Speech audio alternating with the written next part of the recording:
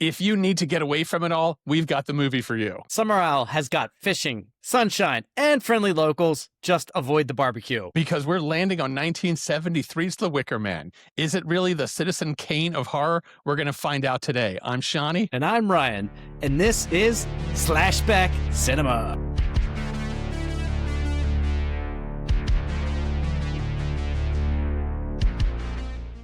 Have you ever heard of the original 1973 Wicker Man or the sequel that was made with Nick Cage about 20 years ago? Yeah, definitely heard of both of these films. Sadly, once again, I've seen neither of these films until this watching, so I'm glad to check it off the list. But how about you? I had never seen the original until I watched it for this podcast, but I did watch the Nick Cage one. You can go ahead and skip it. Wow. Yes, I saw it like 10 years ago or so. Okay. And the only thing I'll share about it is Nick Cage plays the main character, who's this police officer who comes to this island and is trying to solve a mystery. And the police officer, the role requires you to slowly become unglued over the course of the movie and go more and more crazy. Nick Cage lands on the island at a Nick Cage 10, which is a regular actor's 14. I could see on the one hand why he would be an appealing actor for this movie, but the movie doesn't really quite work. But let's talk about 73's Wicker Man, which does work and is the focus of our conversation today. So you had heard of it, but you never saw it? No, I think that's what came out in 73. So by the time we were getting into horror movies, this had been around for a while and then just never went back to it. It was one of those ones that seemed like there might be something truly horrific about it. Like it just kind of had that lore going on, but no. Yeah, for people, if you're listening to this and you haven't watched it, you don't know anything about it, it's best to actually watch it first because we are going to spoil the movie. We're going to spoil the shit out of it. Yeah. Yes, but also if you have no intention of watching it, then we're ready Feel to free spoil listen. away. We're here for you. We got your back. So you want to start off with a plot overview? Sure, yeah. So this follows this Sergeant Howie. He's this Christian cop, and he receives this photograph and this letter about this girl who's gone missing on this island. So he hops on a plane and he lands in this remote Scottish island to investigate.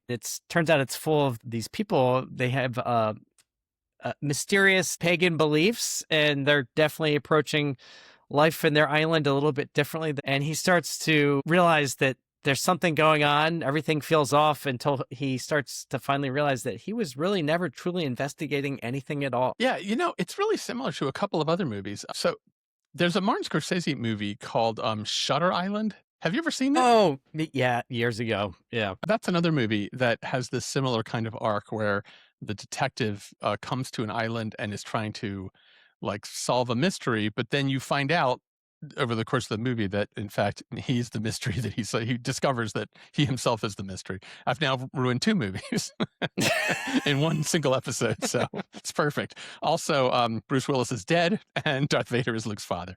When you were watching it, did you feel like you had a sense of where it was going, or were you really drawn into the mystery? I was drawn into the mystery. We talked about this before, that this is like a theme that shows up in a lot of these horror movies.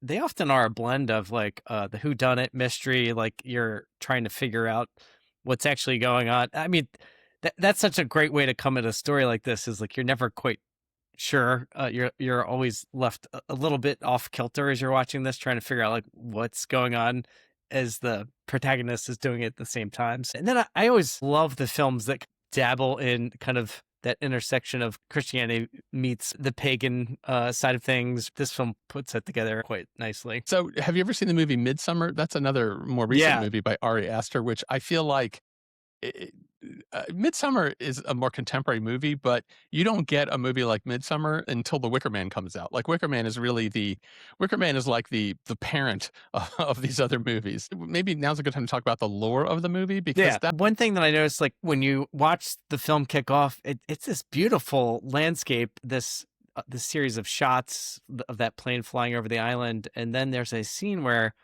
it's going over this orchard and there's all these trees in bloom, and it looked really beautiful, and lots of scenes of trees flowering.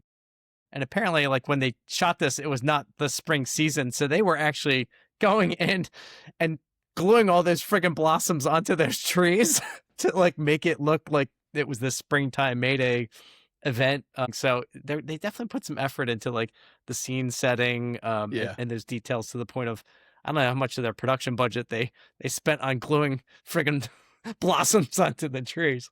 Yeah, I read that they had fake trees also. And then one other piece of lore I found is that when they filmed this movie, it was already like getting into winter. It was too cold, and so the actors before a scene would suck on ice cubes so that you wouldn't be able to see their breath on camera because it was supposed to be spring. I love how before CGI, the directors and producers had to come up with, and actors had to come up with all kinds of clever ways to fix in real time on the set on that day Yeah. to make the movie work. And it usually involved torturing the cast members to some level. Yeah. So there was that. The one lead female, Britt Elkland, who Mhm. plays the innkeeper's daughter. A couple of nuggets there was Rod Stewart, who I guess was her boyfriend at the time, apparently Yeah. tried to block the release of this film. When Yes. he found out that she was showing up naked in this movie. I don't think he was successful. So we're ready to talk about some favorite scenes? Yeah, let's do some scenes. I mean, did you know watching this movie that it was going to be a musical? There's like 8 songs in this movie, and it goes full Disney musical. It's not like you just hear in the background a couple of lines. It's every character in the scene is singing full out. And that happens in the bar scene. It happens to the kids around the maypole. It happens with the women are jumping over the fire. There's like multiple full Right, songs, and it's an entire album. The May Day Festival. There was a girl, and on that girl there was a man, and from that man there was a seed, and from that seed there was a boy, and from that boy there was a man, and for that man there was a grave. They're all like kind of folk songs that were written for this movie. And if you listen to the lyrics, they're pretty eerie songs. They're all like a little overly sexualized and overly charged, or about like songs about a life cycle from birth to death. They're all kind of a little bit off kilter. I thought this movie did a better than average job of trying to create a kind of pagan religion that had some reality to it. And there were several scenes I was interested in your thoughts about because the main character will debate a pagan about their religion, and the pagans have some pretty decent criticisms of Christianity. Like, well, in your religion, you're eating the symbolic body and blood of your god. So how Right. is that different than what we're doing? Yeah. Yeah. That was the backdrop playing out throughout the film. And there was a point about reincarnation versus resurrection. Yeah, and so he's like, it's crazy that you believe in reincarnation, and they're like, but you believe in resurrection. Why is that normal? We believe that when the human life is over, the soul returns to trees, to air, to fire, to water, to animals. One of the early scene in the film where the cop's in the church, and it was basically to show that he's a pious Christian, is what someone was saying. But to me, it was actually setting up the contrast or the similarities between where the film starts and where it ends in terms of there's a lot of focus on him taking the body and the blood of Christ. And then, yeah, if you think about what that represents and where the film ends, it's not that dissimilar. And a lot of times Christianity over the years would kind of layer in a similar belief system over a pagan system. Yeah, absolutely. The other thing I wanted to ask you about was questions about the cast. So the villain of the movie is Christopher Lee. I feel like he is recognizable across 70 years of film going. And make our blossoms fruit. He was originally, I think of him as like Boomer Dracula. Yeah, Boomer Dracula, exactly. He was Yeah, I like- grew up watching all those horror movies, and he was always in them. Him and Yeah, from Boris what, Karloff and Yes. those guys. Yeah. Yes, is that like the 50s and 60s? Yeah. That's Well, before our time. yeah. But then he's also Saruman, right? If I feel like for our generation, he played one of the villains in the Lord of the Rings movies. I thought he was great in this movie. What did you think?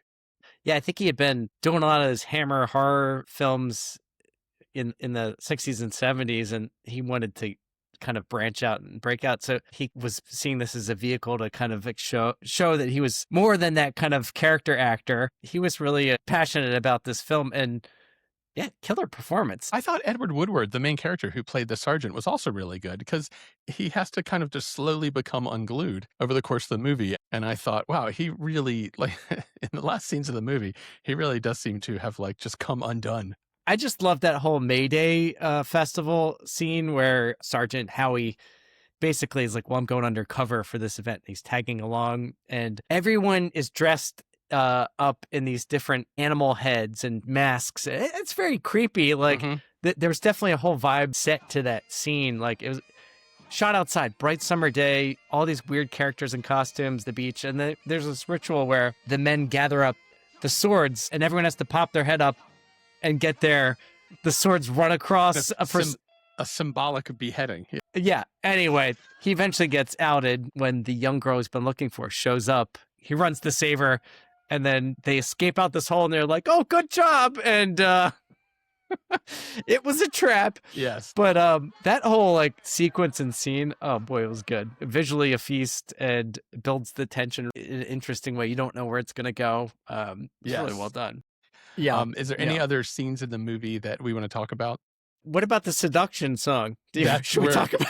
That's where I was going to go next. So, all right, what you got? Is the movie has set up the plot that the innkeeper's daughter, Britt Eklund, is like this kind of siren who, one of the songs on the island is about how hot she is and everybody wants to sleep with her. And once you sleep with her, you'll never forget the experience. And her dad is like, yep, that's my daughter. It's like, it's insane. You'll never love another. Although she's not the kind of girl to take home to your mother. Oh, you gotta have a good time with the innkeeper's daughter. And he's like, that's right. So you find out that in fact she is this like seductive temptress. And there's this scene where this super Christian conservative guy, you see him like pray at his bedside, like before he goes to bed at night. He lays in bed, and then she is in the room next door, and she's completely nude, and she starts singing this seductive song and doing this kind of weird dance that involves banging on walls. And he starts to like become completely unglued and just it seems to like lose control of his body and almost goes into her room, but he like manages to stop himself at the last second. So that scene is pretty crazy.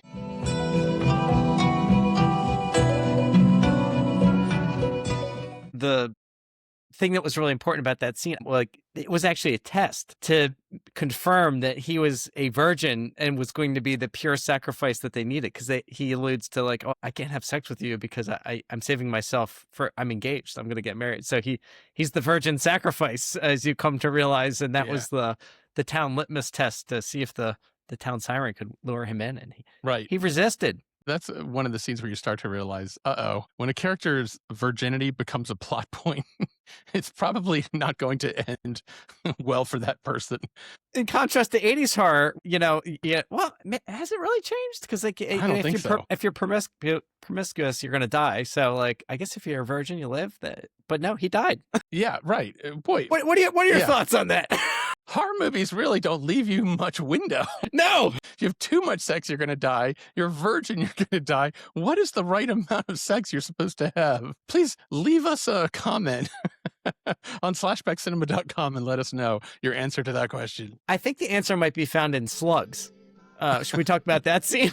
Go for it, yes. Because slugs become a subplot for 5 minutes. The policeman is horrified, and he storms out of the inn just in disgust at what the local folks are singing about and what's being said in there.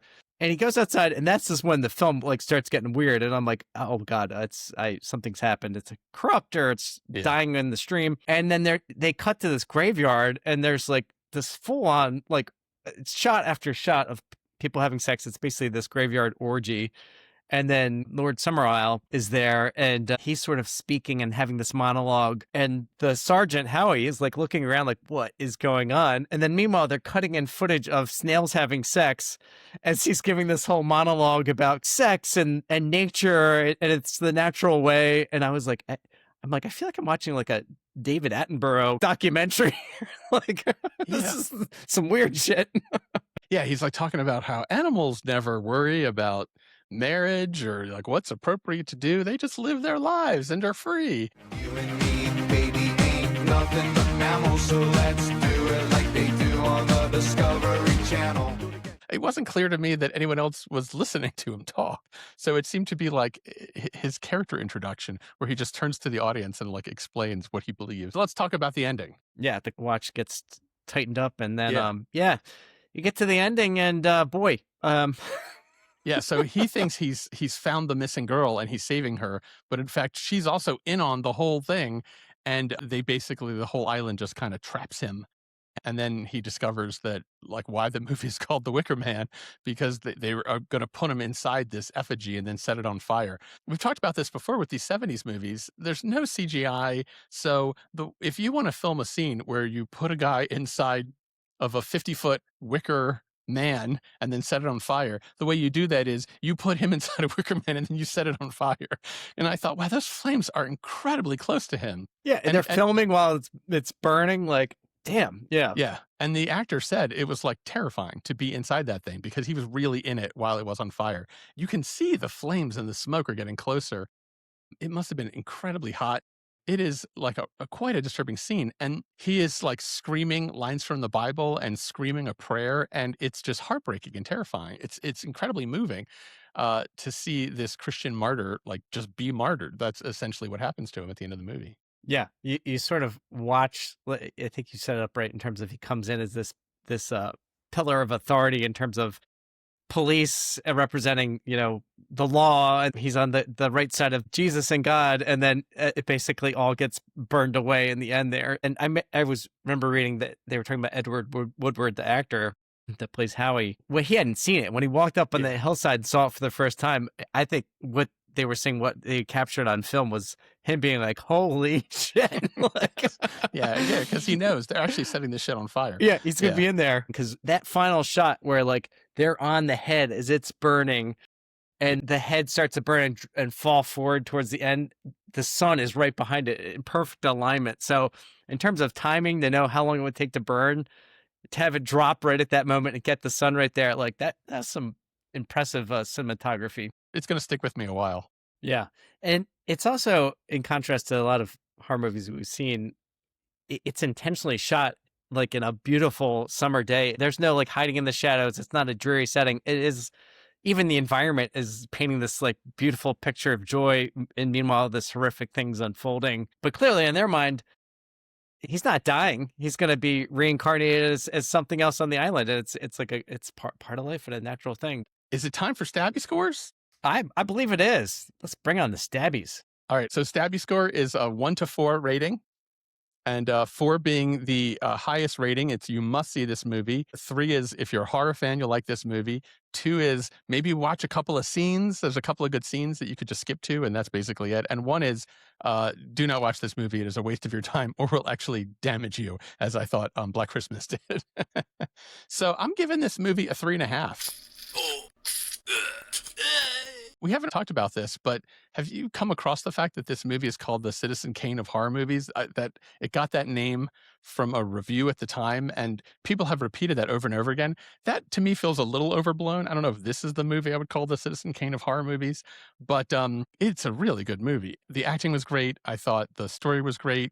The fact that you're not seeing a lot of horror didn't seem to bother me. I think because the ending pays off so well that when you get to the end, you feel like satisfied that if you wanted to watch something terrifying, this does in fact get you there. The only thing I dinged it for a little bit was it's not quite as eerie as I felt like it could be. Like the people on the island, it's not clear for the longest time if they're actually malevolent. It's not until the end that you realize, oh, they're psychotic. They really have no problem killing this guy. Yep. So 3.5 for me. How about you? Nice. I was really impressed with this film. Like, it exceeded my expectations. You could tell there's something going on in these early conversations. Like, it's really making you work for it. So I don't know if it's because I watched so much Murder, She Wrote with my mom growing up that like I really kind of enjoyed that whole aspect of it. But I'm landing this one 4 out of 4 stabs. Nice. Like, well acted, beautiful cinematography. The story's really interesting. The passion that went in this project. I had read that there was pressure on the director to actually rewrite the ending because it was so disturbing to people that they're like, he's a good Christian man. You have to let him out. Christians always win. He's like, nope, we're not changing it. So some real passion and conviction. And I think that comes through in that this movie holds up 50 years later. So highly really recommend this one. Yeah, absolutely. So you heard it from SlashBack. 2 thumbs way up. All the stabbies. All the stabbies. Yeah, I was really excited to see we finally have dug into some like British horror classics, and shout out to all of our Bristol, England, and UK fans out there that listen to the podcast. We see you and appreciate you listening, and you've done some good work over there. I really wanted to talk to you about Burning Man, because you were plugged into Burning Man really early on. I remember you either in the late 80s or early 90s. I think it was the 90s, yeah. Showing me pictures of this. Listeners will be shocked to hear that you and I in the 90s drove across country. There was a Burning Man when we drove across country. Like, how did we not sync that up? Shawnee, the answer is simple, and it's because I'm not a planner, and neither are you. Like we barely our only plan for that trip was it was before here's the old people talking, but like it was before you could, like, there were no phones, whatever. We made no reservations. We just like showed up wherever we drove to. Yes. It all worked out. I think you're right. That is the answer. Is that would have required a level of organization that was wildly beyond us. That wraps up another trip down memory lane. Hopefully you enjoyed revisiting or visiting 1973's The Wicker Man as much as we did. If you're also a Gen X survivor, tell your friends about the show and rate and review us on Apple, Spotify, or wherever you listen to podcasts. And if you're a super fan, buy us a coffee. Donate at the link below in our show notes. And we want to hear from you. If you have a favorite memory watching this masterpiece, or if there's another classic horror movie you'd like us to dissect, drop us a line at slashbackcinema.com, because your suggestions keep the conversation alive.